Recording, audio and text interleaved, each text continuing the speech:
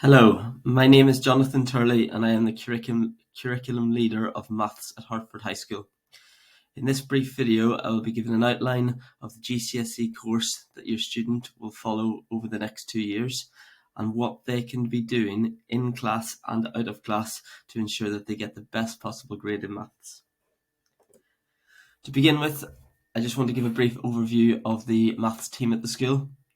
You've got a list of all of the teachers on the screen. We are lucky to have an extremely strong and experienced department. We also have some added resources, including a maths intervention specialist, as well as a specialist tutor. And I'm not aware of any other school that have these resources available to them. So we're very lucky in the school to have these. We also are on the back of some excellent GCSE results this year, some that we're really proud of, and we hope this continues into the future. On the screen now is the overview of the GCSE structure. So we follow the OCR exam board for maths at Hartford High School. This has a grading structure from grades 9 to 1, the higher from 4 to 9, and the foundation from 1 to 5. All students in Year 10 receive 7 hours of maths teaching per fortnight, as well as homework twice a week. In Year 11, they will also do 7 hours of maths per fortnight, but they will also have an additional session 6 on top of their homework twice a week. The qualification overview is now on the screen. So you can see that for both foundation and the higher tier, each student will sit 3 exams, 2 of which are calculator and 1 is non-calculator. These are evenly weighted towards the final GCSE grade. They are all 1 hour and a half long. This is an overview of the long-term plan that we follow in the maths department in Year 10. We've got the foundation one on this screen, and on the next screen we will have the higher. This is all on the school website, which is really useful for students so they can see what's coming up next half term if they want to try and get ahead, or if they've missed anything from the previous half term or they want to go back and revise anything from the previous half term, they can log onto the school website and they can see this. This is also really beneficial for you as parents to see what your students should be covering, what they'll be covering in the future, and especially if a student has a tutor, the tutor can access this so that they can plan their sessions with your children in the best possible way that fits our long-term plan at the school. So this is the foundation one, and then onto the higher. As I say, all of this can be found on the school website. Maths lessons follow a structure as seen on the screen now. So all lessons will start with a do now retrieval, as they are in every single lesson throughout the school, whether that's English, maths, science, art, PE. This allows students the opportunity to retrieve previous learned knowledge.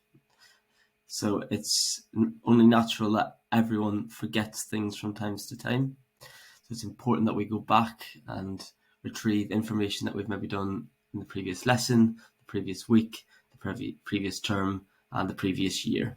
It also allows an opportunity to go back and look at any knowledge that is a requirement for the lesson that we are currently doing, so that we can start that lesson from a really good place. All lessons have an emphasis on interactive teaching and learning, utilising a range of resources. We expect students to be engaged in their learning, so we will be asking students questions and expect students to be engaged and ready to give answers. This allows us to assess their understanding and check that they are engaged with their learning. All lessons will have high expectations of both pupils and teachers and are designed to challenge all students.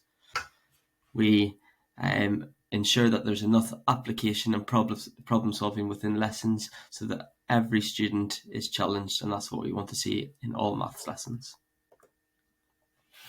So what is expected of students at the school to ensure that they get the best possible GCSE grade? Well, first of all, it is essential that all students get to lessons on time. Every minute of lost learning is lost knowledge and education, so it's really, really important that they are getting to their lessons on time so that they don't miss any of the lesson material. It's vital that they're prepared for lessons and arrive to lessons with all of the required equipment. As well as the standard equipment that is needed in school, the maths equipment includes protractors, compasses, and most importantly, calculators. It is vital that students have these equipment with them in every lesson, because we do use these in lesson, and students will be at a disadvantage if they do not have the practice in lessons of using, in particular, calculators, so that they know how to use them properly and effectively and efficiently whenever it gets to their exam. It's also massively important, and I've said this before, that students engage in lessons. So not just sitting in lessons and listening, it's important that they're actively engaged. By that I mean asking questions and getting involved in classroom discussion. So I spoke previously about how important it is that students have calculators with them in school. On the screen now are the recommended calculators. These can be purchased from finance at the school for £11. And as I say, it is massively important that students have access to one of these calculators. Finally, what can students do at home to succeed at maths and to achieve the highest possible grade? Well, first of all, completing all homework is essential. We set homework so that students have the opportunity to retrieve and to practice what they've done in class. If they don't get the practice at home, then, as I've spoken about earlier, it's easier for students to forget the knowledge that they've learned in class. So practice and retrieval at home is really important. It is also important that they work on their weaknesses or any topics they have struggled with in class. Students have access to some really, really good resources, of which are at the bottom of the screen. And this allows them to go and practice topics that they may have struggled with in class or topics that they have struggled with in an exam. You'll see on the right hand side of the screen an example of the feedback form that every student gets from every high stakes assessment in maths.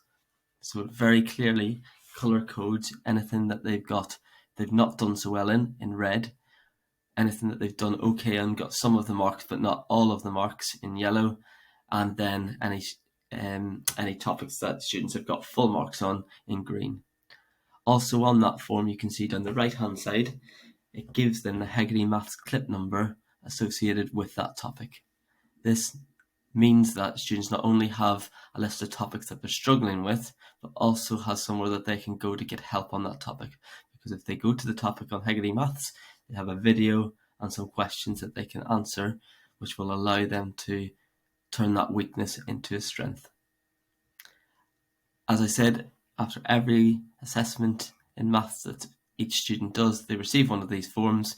They won't have received any of these yet this year, but they will have received them in both of their high stakes assessments that they did last year. So if they still have their planner from last year, these will be stuck into their planner, or if they have their exercise books from last year, again, these will be stuck in, so you can find these and students can start working through each of their weaknesses to make sure that they no longer have any weaknesses from previous years. The third and maybe most important thing is getting lots and lots of exam practice.